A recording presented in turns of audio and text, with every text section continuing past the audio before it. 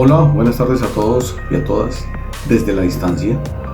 Bienvenidos a Ciudad Adentro en esta cuarentena, un programa especial que hacemos junto a Juan Carlos Morales en Chile Televisión luego de muchos años, donde inició este programa que marcó récords en audiencia, en sintonía y en reconocimiento en Ibagué y en el departamento del Tolima, invitación que nos ha cursado muy amablemente para iniciar, así sea aquí desde la distancia y con esta pinta de cuarentena que ustedes y nosotros tenemos en nuestros lugares de habitación, para seguir las recomendaciones médicas, para seguir los protocolos de salud, para preservar vidas, que es lo importante. Y dejemos que quienes tienen que tomar decisiones en materia de preservar empleos, de conservar el trabajo, de poder facilitar ingresos a las personas que los tienen, lo sigan haciendo y acompañémoslos. Aplaudamos lo que está bien y exijamos públicamente lo que creamos que se puede mejorar. Pero en Ciudad Adentro iniciamos como siempre con invitados de lujo. Y en esta oportunidad, en esta nueva temporada, después de muchos años, de casi 15 años de Ciudad Adentro, estamos con toda una autoridad para precisamente estos tiempos de cuarentena y hablar de esos temas importantes que a ustedes y a mí nos deben interesar. Nos acompaña la doctora Gladys González Devote, psicóloga clínica, una autoridad en todo lo que tiene que ver con la salud mental, con el comportamiento humano y con las emociones, a la cual le damos la bienvenida. Gracias por estar con nosotros, doctora Gladys Devote. Lo primero que uno podría preguntarse, doctora Gladys Devote, es que esta cuarentena obligatoria, esto que creo que ni usted ni yo, y seguramente nuestros padres y mucho menos nuestros hijos han vivido, que es una cuarentena, un acuartelamiento prácticamente de primer grado, un encierro total, lo que genera es que se exacerbe mucho, por supuesto, por este confinamiento, las emociones del ser humano. De pasar 24/7, es decir, 24 horas por 7 días a la semana, totalmente encerrados, compartiendo un mismo espacio, las parejas, los padres con sus hijos, familiares incluso, las abuelas y los abuelos con los nietos, en general. Uno podría preguntarse, doctora Gladys, ¿qué es lo primero que hay que hacer? ¿Qué es lo primero que hay que tener? Seguramente paciencia, tolerancia, tranquilidad y mucho más ahora que esta cuarentena que terminaba el 13 de abril próximo se prorroga hasta el 27 de abril. Hola, un saludo especial para todos desde aquí, desde los hogares en los que estamos últimamente confinados por aquello del coronavirus que nos ha afectado a todos de manera indiscriminada. Quiero agradecer de manera muy especial este espacio que se generó a Juan Carlos Morales, gran ser humano, y teniendo el honor de compartir hoy una charla con una persona muy importante. Germán Sánchez es un periodista muy reconocido a quien admiro grandemente. Hoy quiero compartir con ustedes las respuestas a tantas interrogantes y a tantas preguntas que tenemos sobre los temas que nos están afectando. Y me preguntas qué hacer en esta convivencia y cómo manejar las emociones en esta convivencia 24/7. Indudablemente es un momento muy difícil para todos. Yo hacia los pequeños que están en sitios cerrados siento todo el respeto y toda la admiración, porque para los niños es mucho más complicado estar conviviendo en un espacio cerrado sin tener dónde correr y dónde brincar. Para ellos y sus papás, me quito el sombrero. Por eso hay que inventarse tantas cosas. Con los pequeñitos hay que tener mucha tolerancia, porque si se aburren cuando tienen todos los espacios para correr, imagínense cuando no. Entonces somos los papás los que tenemos que estar reinventándonos todos los días con la golosa pintada en el piso, los títeres, los cuentos, los juegos de mesa, un rato para tele, 1000 actividades que a ellos solos no se les ocurriría estar haciendo. Con los adolescentes es un poco más complicado porque quieren estar todo el tiempo en los aparatos electrónicos, pero siempre le digo a un papá o a una mamá, bueno, y si un día le dices a tu hijo adolescente ven, te invito a ver una película que nos va a interesar a los dos. Va a ser un espacio de compartir. O si han leído un buen libro y luego lo comentan, es un buen espacio para compartir. O si que te hayan tenido que hacer algo especial, poder decir, oye, nunca hemos tenido un espacio para sentarnos y hablar de qué quieres ser cuando seas adulto, o qué es lo que te gusta más de lo que haces o no haces en tu colegio, o qué es lo que más te disgusta. Bueno, como preguntas curiosas. Yo siempre creo que cuando los papás hacemos preguntas curiosas, abrimos como una caja de Pandora y entonces encontramos 1000 respuestas que pueden ser muy interesantes. Eso con respecto a la tolerancia y a la paciencia. El problema de la tolerancia es que se exacerba muy fácil en el confinamiento. Todo puede ser un detonante. Esa convivencia 24/7 hace más difícil que podamos manejar cosas, y allí es donde tenemos que desarrollar unos altos niveles de autocontrol, porque como todo puede ser un detonante, desde cómo cocinaste o cómo barriste o cómo no recogiste, ahora que están las tareas virtuales, entonces ¿por qué no has hecho la tarea? Gracias a Dios esta Semana Santa hubo un recesito y eso hace que la convivencia tenga menos peleas con los niños, porque ellos quieren estar todo el tiempo en actividades o lúdicas o de pereza, y no una actividad laboral, como le pasa a muchos que se están acostumbrando de una manera difícil al teletrabajo y quieren estar solamente viendo televisión o durmiendo, y resulta que hay que generar espacios para cada cosa. Les decía que al bajar la tolerancia se eleva la irritabilidad, y desafortunadamente eso se vuelve complicado. El problema es que en este momento tanta ansiedad nos aumenta esa irritabilidad, entonces tenemos que desarrollar unos niveles de autocontrol muy altos. Así como nos decían siempre, pare, respire profundo, piénselo antes de decirlo, piense como si se lo estuvieran haciendo a usted cómo le va a hablar al otro, como tener un poquito más fuerte esos niveles de autocontrol y de autorregulación. Pero creo que lo más importante de todo es el amor, porque el amor todo lo puede. Cuando una pareja en convivencia redescubre el amor que se tiene, es viable tener esa tolerancia y poder pactar cosas. Y a mí me ha funcionado con mi esposo que los días pares él tiene la razón y los impares yo. Suena muy jocoso, pero para cocinar, por ejemplo, a veces no es tan fácil, porque no le pongas eso, quítale eso. Pero bueno, eso es parte de una actividad que nos une mucho en familia, cocinar y hacer incluso los oficios de una manera diferente. Yo creo que todos estamos viviendo ese momento. Doctora Gladys, otra pregunta que uno se hace es, hombre,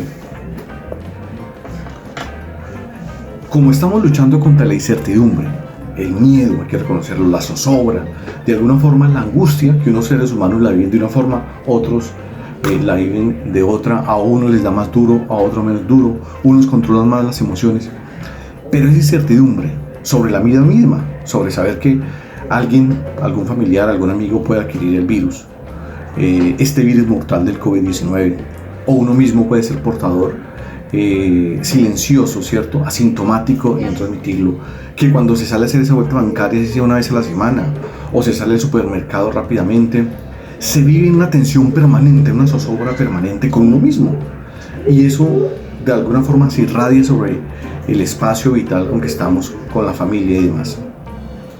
¿Cómo hacer esos manejos? ¿Qué hacer dentro de las familias para que esa incertidumbre, digamos, no vayan a afectar la tolerancia y el respeto? Me preguntas acerca de la incertidumbre y la ansiedad que se genera con esto, que nos lleva al miedo. Desafortunadamente, el mayor generador de ansiedad en un ser humano es la incertidumbre. ¿Qué va a pasar? ¿Qué va a pasar con nuestro futuro económico, con el futuro académico, con nuestros planes, con los proyectos de vida? Eso nos genera un miedo tremendo, y ese miedo puede hasta paralizarnos. Tenemos que salir de esa zona de miedo y fortalecer mucho la esperanza y tener mucha fe en que vamos a sobrevivir. Y para tener esa resiliencia y esa capacidad frente a lo que estamos viviendo, tenemos que echar mano de algo por lo que todos traemos cuando venimos al planeta, y es esa capacidad interna y esa fortaleza interna de decir yo puedo, yo quiero, yo voy a salir adelante. Tenemos que trabajar mucho sobre nuestros mapas mentales negativos, correrlos y fortalecer esos mapas mentales positivos y mirar de una manera alentadora que estas cosas están pasando para algo que tiene que servir en adelante, para que cambiemos, para que seamos mejores con el mundo, con el planeta o con quienes nos rodean. No nos podemos quedar paralizados en el miedo, tenemos que pasar a una fase de aprendizaje y tenemos que tener la creatividad para crecer de adentro hacia afuera, y esto nos daría una mayor fortaleza para manejar estos momentos de ansiedad en los que estamos. Básicamente el autocontrol, todo lo que tiene que ver con la autorregulación, de pronto todo esto nos va a servir mucho para pensar más qué tan solidarios somos, qué tanta gratitud hemos tenido con tantas cosas que hemos tenido en la vida y tantas bendiciones que a veces no hemos aprovechado. ¿Qué ejercicios prácticos, si podemos llamarlo de esa forma, y me perdona el atrevimiento, doctora Gladys, podríamos hacer dentro de la casa?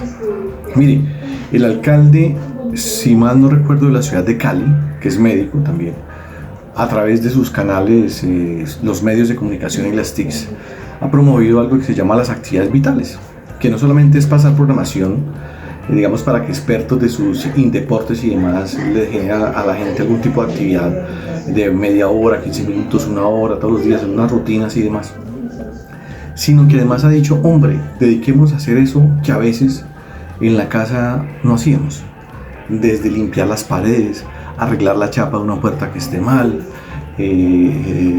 depurar la ropa que ya no usemos y tenerla guardada para donarla en su momento cuando pase esta cuarentena, arreglar persianas. Este tipo de cosas contribuyen, sirven también, digamos, componiendo un orden, un protocolo dentro de esa convivencia. Todas estas recomendaciones que tú haces son excelentes. Una buena rutina del día a día, más que como tips, es que uno se levante, se bañe. Yo me perfumo, entonces mi esposo me dice, ¿por qué te vas a perfumar?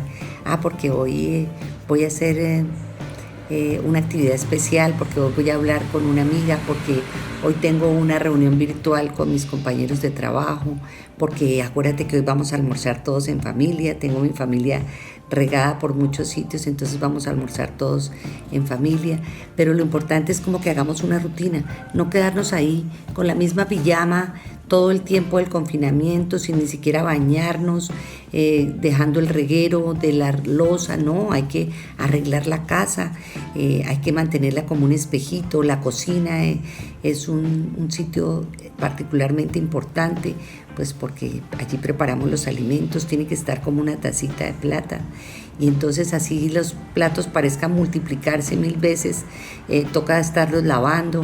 Yo el otro día pensaba, ¿por qué pensar en desinfectarme las manos y lavo loza todo el día? Pero es parte de lo que estamos viviendo ahora, y entonces ese aseo, repartirse las tareas en la casa. De pronto a los adolescentes les va a parecer muy aburrido hacer oficio, pero con que tengan su cuarto impecable y recojan su ropa y cuelguen su toalla y que estemos como en una rutina que nos da un aliciente, leemos un libro, hacemos un rato de ejercicio, hacemos alguna tarea virtual, hacemos un curso. Ahora hay unos cursos maravillosos de meditación, ahora me encontré uno de mindfulness buenísimo. Entonces eso nos da una cantidad de elementos maravillosos para reinventarnos. Creo que tenemos que hacer como un uso diario de esa cotidianidad, de esas horas que nos brinda el día, de manera que al final del día podemos estar pensando que no me alcanzó el día para arreglar ese cajón que siempre he querido arreglar, para desocupar ese closet que he dicho que tengo que cambiar. Entonces es el momento de hacerlo. Yo he hecho algunos oficios en mi casa que creo que si no estuviera en este confinamiento no los habría hecho nunca. Y se termina volviendo hasta grato, porque es una bendición, y se acuesta uno con la satisfacción del deber cumplido y no esperar que pasen los días interminables sin hacer nada. Yo pienso que es tarea de todos aportar un poquito en ese día a día en la casa.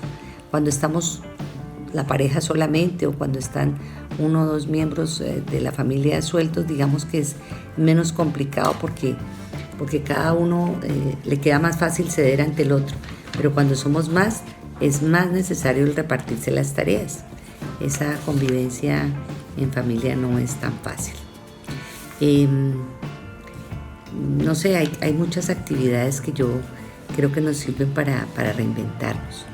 Yo los invito a que hagan un curso de algo. Estos cursos virtuales son muy gratificantes. Los hay gratis además, de idiomas, de 1000 temas. Entonces hay que aprovechar el espacio. Nos están ofreciendo las asociaciones cursos. Entonces a mí me gusta mucho porque mi esposo dice, a las 10 tengo curso de concretos. Y se sienta en su curso virtual de eso. Y yo entonces programo a las 10 voy a atender un paciente virtual. En mi trabajo es muy fácil porque la actividad de la psicología clínica permite estas consultas virtuales. Desde hace mucho tiempo las he venido haciendo con los pacientes que viven en otro país o en otra ciudad y funcionan bien. Obviamente yo siempre he creído que la cara del santo hace el milagro, entonces no hay nada como la interacción personal, pero hay muchas cosas por hacer. Creo que tenemos que trabajarlos. Doctora González de Bote, uno pensaría aquí, en este confinamiento, en esa tensión permanente, las formas, las maneras de decir las cosas toman mucha relevancia, ¿no es así? Y tienes toda la razón en cuanto a que la clave de la comunicación es cómo se dicen las cosas. Esa es la magia. No es cuándo lo decimos, ni por qué lo decimos, ni dónde lo decimos, sino cómo lo decimos. Y a veces cometemos un error inmenso y no nos fijamos en ese cómo que se convierte, yo digo que en más del 50% de la comunicación. Por eso a veces decimos, es que fue el tonito, es que fue el volumen, es que fue la expresión facial, como todo eso connotativo que va en la comunicación. Entonces el cómo tiene una magia especial. Yo uso frecuentemente con mis pacientes una expresión de que acostúmbrate a decir todo en tono bajo, pausado y sin ironía. Es muy distinto decir algo rápido y duro, porque rápido y duro yo digo, recoge eso, alista eso. Si lo digo bajo y pausado digo, recoge eso, alista eso. Entonces es muy distinto bajo y pausado. El tono es vital, pero entonces sin ironía, porque yo puedo decir, recoge eso, o puedo decir, recoge eso. La expresión facial, la postura corporal. No siempre estamos de buen genio, para decirlo todo muy alegremente, pero por lo menos sí podemos intentar decirlo de una manera grata. Ese cómo es determinante. A las buenas a uno lo llevan hasta el cielo, decían las abuelas, y es verdad. Y a las malas nos ranchamos como las mulas, y entonces no queremos hacer nada. En la comunicación del día a día es vital fijarnos en cada uno de los detalles de cómo estamos transmitiendo el mensaje que queremos dar a nuestro interlocutor. Yo estoy convencida que hay un lenguaje que le hemos llamado el lenguaje yo o lenguaje del yo, y es expresar lo que yo siento, lo que yo pienso y lo que yo creo, en vez de juzgar lo que el otro piensa, lo que el otro cree o lo que el otro hace. Si yo le digo a un hijo, quiero que hoy recojas tu reguero, me siento muy mal cuando todo eso está regado por todos lados. A decirles que tú eres un desordenado, que nunca eres capaz de recoger nada.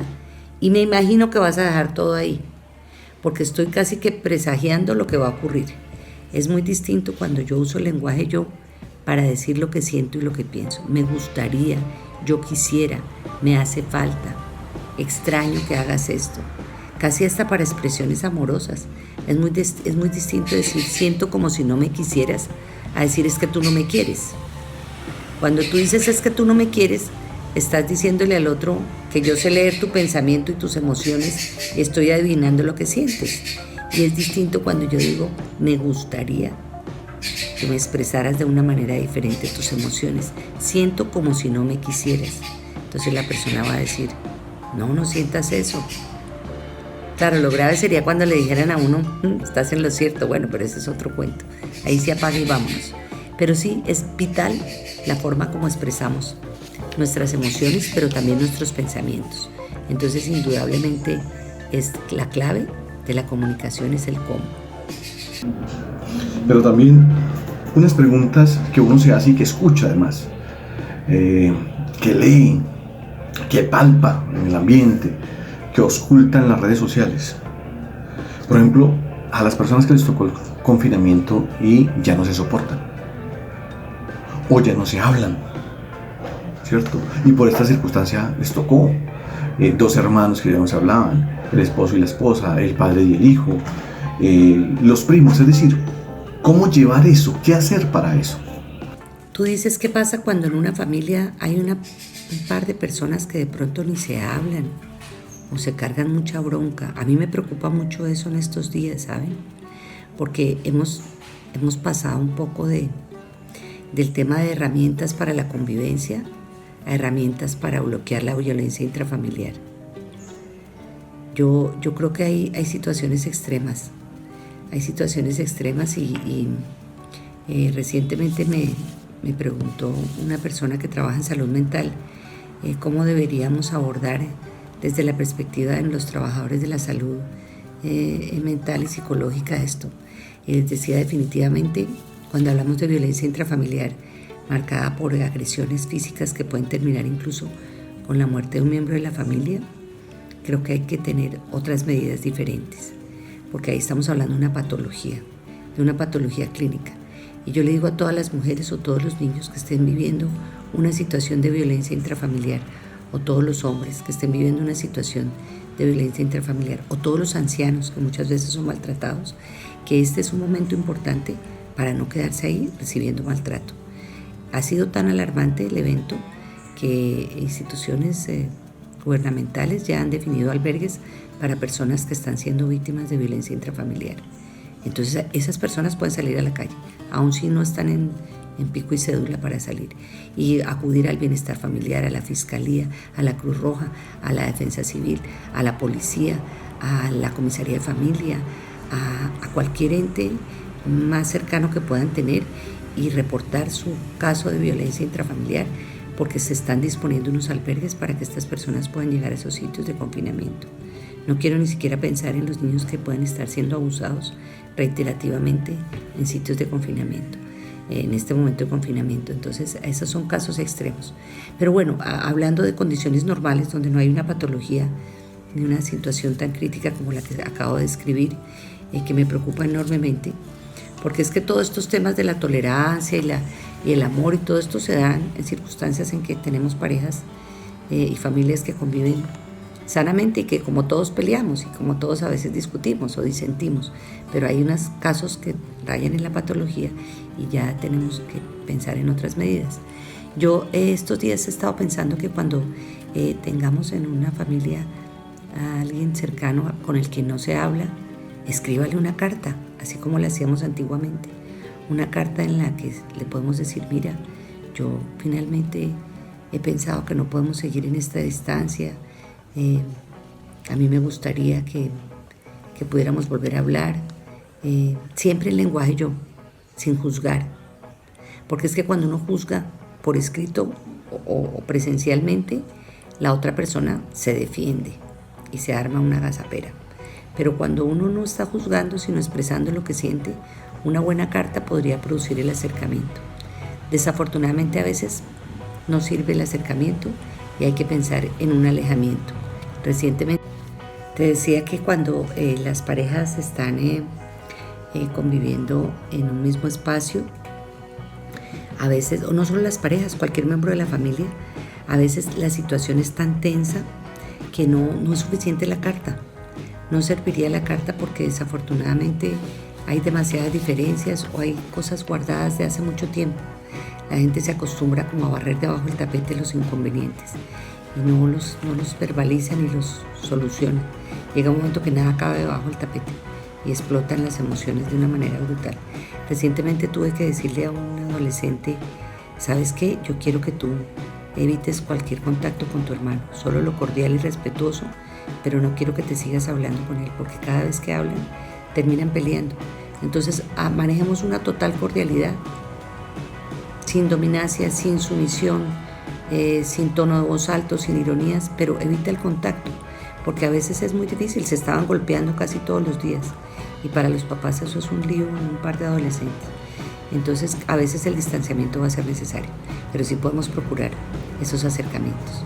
Siempre le decía yo a las personas en mis conferencias, ustedes se imaginan el día que nos digan que hay una situación tan grave en que no nos podamos ver, como que se va a acabar el mundo o algo así. No pararían de sonar los teléfonos diciendo, oye, yo te quiero, nunca te lo he dicho, pero te quiero. Mira, no había tomado la decisión, pero tú me haces mucha falta y me gustaría que nos volviéramos a ver. Bueno, no se va a acabar el mundo y obviamente vamos a sobrevivir, pero es un momento de hacer esos acercamientos y de volvernos a hablar, de hacer esas reuniones virtuales que les estoy proponiendo desde hace un rato. También podría uno pensar, doctora Gladys, que por supuesto hay que hacer alguna actividad, hay que dedicarse a oficios de la casa, pero la lectura es también un buen escape, es también una posibilidad de poner la mente a ocuparse en otras cosas, así como ver de alguna forma buenas series de televisión, buenos canales, o buenas historias incluso. ¿Qué más se podría hacer? Porque también lo que se ve es que se está desarrollando toda una inventiva a través de este mundo virtual que nos llegó de tope y que nos demuestra que esto nos cambió. Creo que a todos tenemos la expectativa de que siga igual, de que podamos seguir a salir a hacer lo mismo, pero también sabemos que, como lo advirtió Bill Gates hace un tiempo, que como lo advirtió el Papa Francisco ahora en esta misa de Ramos que pasó, pero también como lo había advertido hace algunos 5 años el gran periodista Andrés Oppenheimer, el mundo cambia a pasos acelerados y lo que nos obligó esta cuarentena y este virus es a darnos cuenta que esa certeza sobre lo cotidiano ya no existe y que nos toca irnos preparando para aprender más de esta virtualidad. Sí, tú dices que leer siempre es la mejor compañía. Siempre siento que cuando leo un libro, como que me salgo del sitio donde estoy y puedo volar con mi imaginación. A veces me pasa que tengo 2 o 3 libros al tiempo, llego, porque tengo 2 o 3 libros, bueno, voy a irlos terminando, ¿no? Pero los voy compaginando y los disfruto también así. Leer siempre es una excelente compañía. Cuando uno lee, alcanza unas metas maravillosas. A veces escribir también. Entonces puede que no tengan vocación de escritores, pero escribir como un diario en esta época puede ser muy interesante. Una bitácora de lo que pasó en los días de confinamiento puede ser una entretención para todas las edades. Y creo que estamos en un momento de reinventarnos porque definitivamente no solo por el tiempo que vaya a durar este confinamiento, sino porque indudablemente esto nos va a cambiar la vida. Nos va a cambiar la vida en todos los aspectos. Entonces es un momento importante en que compartamos esas ideas de reinventarnos. Yo recientemente recibí una invitación a comprar unas flores a domicilio y me pareció maravilloso. Esa persona se reinventó con su negocio de flores porque no las va a dejar marchitar. Una amiga que vende cosas o confecciona cosas para piñatas, les está diciendo, celébrale la piñata a tu hijo durante las vacaciones, durante el tiempo de confinamiento, y entonces haz como si estuvieras en vacaciones. Piensa que hay un espacio en que puedes también disfrutar la celebración de un cumpleaños. Entonces los está invitando a comprar sus herramientas y manualidades que hace para las fiestas de cumpleaños. Bueno, cada quien tendrá su manera de reinventarse. Profesionalmente lo estamos haciendo y creo que, bueno, he estado dándole mucho pedal a lo que les he dicho varias veces, lo de las reuniones virtuales.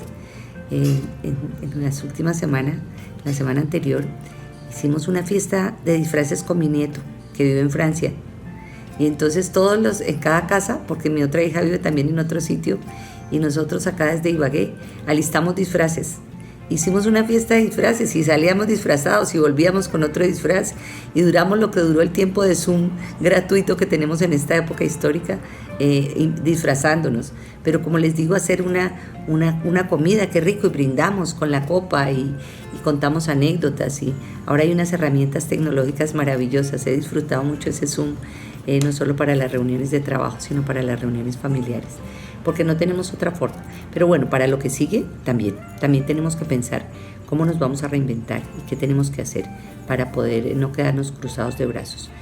A pesar de que tú manifiestas que de pronto tenemos que aprender a estar un poco solitarios, yo no cambio por nada los abrazos de oso y espero muy pronto poder abrazar a toda la gente que quiero, que siempre lo he hecho. Me costó mucho trabajo cuando empezamos la distancia social. La semana anterior al confinamiento ya se estaba planteando que nos saludáramos de lejos y que nos saludáramos con el codo y a mí me cuesta un trabajo porque yo a todo el mundo le doy beso y abrazo. Y entonces yo llego a un sitio y entonces desde el portero, el de servicios generales, la persona con la que voy a trabajar, y entonces me ha costado mucho trabajo eso. Y ya pues no, porque no solamente tengo a mi pareja conmigo acá, a mi esposo, muy lindo, desde hace 43 años con él hemos sabido compartir la vida siempre, entonces ahora no es una época difícil para eso. Creo que ha sido, entre otras cosas, un redescubrimiento maravilloso de la relación de pareja al estar confinados durante tanto tiempo. Yo estoy aquí guardada desde el 20 de marzo, porque ese día empezó el simulacro en Bogotá y ese día me guardé en mi casa y no he salido ni a la puerta. Los domicilios los lavo hasta los huevos con agua y jabón y todo, y me pongo los guantes y el tapabocas y evito todo contacto, pero he estado guardada en mi casita porque tengo la posibilidad de hacerlo. No como muchas de las personas que tienen que salir a vender tintos para poder comer. Hemos despertado una fuerte solidaridad y quiero que este sea un momento también para invitarlos a que sean solidarios. Todos podemos hacer algún tipo de donación, desde pequeñita hasta grande, desde la persona que está en la portería de su casa hasta el señor que pasa recogiendo la basura. Todos podrían recibir una donación. Y una donación no implica que tengamos que ir a un banco a consignar. Ahora podemos hacer transferencias desde muy pequeñas hasta muy grandes. Todos podemos hacerlo. Es una invitación a que tengamos esa solidaridad y esa bondad con los que no pueden quedarse en su casa cocinando cosas ricas, tomándose un vino y compartiendo un rato agradable de lectura o de trabajo virtual, sino aquellos que tienen que salir a buscar la comida para sus hijos. Yo sé que se están repartiendo muchos mercados, no veo mucho orden en eso. Desafortunadamente, casi que prefiero hacer todas las entregas directas en alguna forma yo, virtuales o con pagos virtuales, pero directas, porque están como muy desorganizado eso. Pero bueno, todo esfuerzo es válido, y todo lo que han hecho los empresarios y todo lo que hacemos para llevar a los hospitales dotaciones, todo eso es válido. Doctor Gladys, le preguntaba yo que, digamos, ya que lo dijo Bill Gates, un gran periodista, como Oppenheimer, lo dijo el Papa en la misa de Domingo Ramos pasado, el mundo nos cambió de tope. Eso nos obliga también a pensar una cosa que es muy dura para los seres humanos, que es adaptarse al cambio. Ya no adaptarse pensándolo, digamos, de forma retórica o filosófica, sino hay que empezar a adaptarse. Y una de estas adaptaciones es, por ejemplo, las herramientas tecnológicas, el trabajo virtual. Muchas de las tareas que además se van a tener que acometer desde los hogares y desde las oficinas virtuales, porque también, y usted es médico científica, lo sabe, ya también está advertido que parece que esta no va a ser la única cuarentena que se vaya a presentar en estos próximos años, no solamente a raíz de este coronavirus, sino además o por otro virus, o por otra bacteria, o por otras circunstancias que nos va a obligar a resguardarnos como raza humana por algún tiempo, seguramente no más allá de 1, 2, 3 meses, pero que nos va a obligar a que la vida no se desactive y se alargue su actividad a través de computadores o de medios electrónicos o de teléfonos, de toda la virtualización, como decía Oppenheimer, o como dijo Bill Gates en su momento en la conferencia TED, o como acaba de decir el Papa, que se nos acabaron las certezas a los seres humanos. ¿Cómo manejar eso también? Pero además, ¿cómo hacer un llamado a la gente, a todos nosotros, no a las nuevas generaciones que son de alguna forma no solamente nativos digitales, no como nosotros migrantes digitales, pero además que ya nacen dentro de este mundo virtual y parece que ya tuvieran instalado ese chip y se les hace mucho más fácil el manejo de las herramientas, sino a todos los demás, aquellos mayores de 20 años, de 30, de 40, en nuestro caso de 50 años, que todavía se está en la actividad del mundo laboral, y hay que empezar a trabajar todo esto. Cómo asumirlo sin miedo, sin temor además, pero también cómo asumir sin miedo y sin temor que nos va a cambiar incluso la forma de relacionamiento como seres humanos. Y que también, doctora, no hay que tenerle tanto miedo a la soledad, no hay que exacerbar, como se hacía antes, una sociedad absolutamente social, completamente social, totalmente social, y se vuelve a las formas del aislamiento, del guardarse, del estar tranquilo con uno mismo, con sus propios demonios, por llamarlo de alguna forma, con sus propios temores, y aprender a sobrellevarlos. ¿Cómo hacer eso y cuáles son esas recomendaciones finales? Agradeciéndole a usted, que es una figura tan importante de la psicología, tan vital, ustedes los psicólogos, no como diría la vicepresidenta, ligeramente, sino tan importantes y tan vitales para la salud mental, emocional y afectiva de todos los colombianos, como los psicólogos y los psiquiatras en este momento. ¿Qué nos dice sobre eso? Y le agradezco mucho su participación en este programa virtual, en este especial virtual de Ciudad Adentro que retomamos desde la distancia. Creo que como dice la canción, yo tengo fe, porque yo creo en el amor y creo que tenemos mucho por aprender y por crecer de este momento difícil que no creímos que fuéramos a tener que vivir, de confinamiento y de amenaza a nuestra vida y a nuestra salud en todos los aspectos. Yo tengo fe en que vamos a sobrevivir y tengo fe en que vamos a crecer como seres humanos. Hace mucho tiempo dejé de preguntarme por qué pasan las cosas. Siempre nos preguntamos por qué pasan y ahí es cuando más la embarramos, porque nunca encontramos respuesta. ¿Por qué me va a pasar esto si yo soy bueno? ¿Por qué tengo que hacer tal cosa si yo respondo bien ante la humanidad? Y resulta que hoy nos tenemos que preguntar es ¿para qué? ¿Para qué nos correspondió vivir este momento de la historia de nuestra vida en la que estamos con una amenaza que puede acabar con la vida de muchos seres humanos en el planeta? ¿Para qué? Para crecer, y siempre vamos a encontrar un para qué. Recién ayer, viendo una donación que se hizo importante para las UCIs, pensé, tenía que pasar esto para que existieran más UCIs. Tenía que pasar esto para que finalmente los hospitales mejoraran un poco sus dotaciones. Terrible, pero para algo pasan las cosas. A veces tiene que pasar cosas terribles para que algo bueno ocurra. Yo espero que la gente caiga en cuenta que si los delfines ahora pueden nadar en la bahía de Santa Marta es porque hay un para qué importante. Pues para que no botemos tanta basura y ellos puedan acercarse, para que las lanchas no los asusten, para que no los queramos cazar. Entonces todo ha tenido un para qué. Todos esos animalitos silvestres saliendo por todos lados hacia los cascos urbanos nos están diciendo algo bien importante.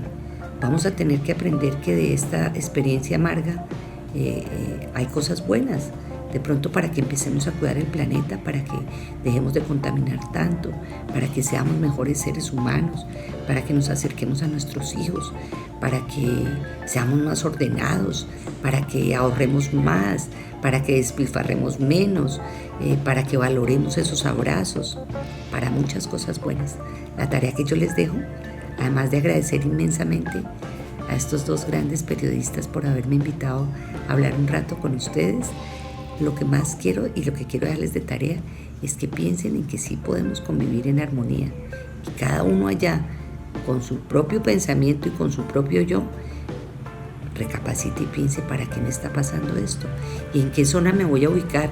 ¿Me voy a quedar paralizado en el miedo o me voy a levantar todos los días de buena gana y voy a hacer 1000 cosas y me voy a reinventar? Mil gracias, que Dios los bendiga. Hasta luego.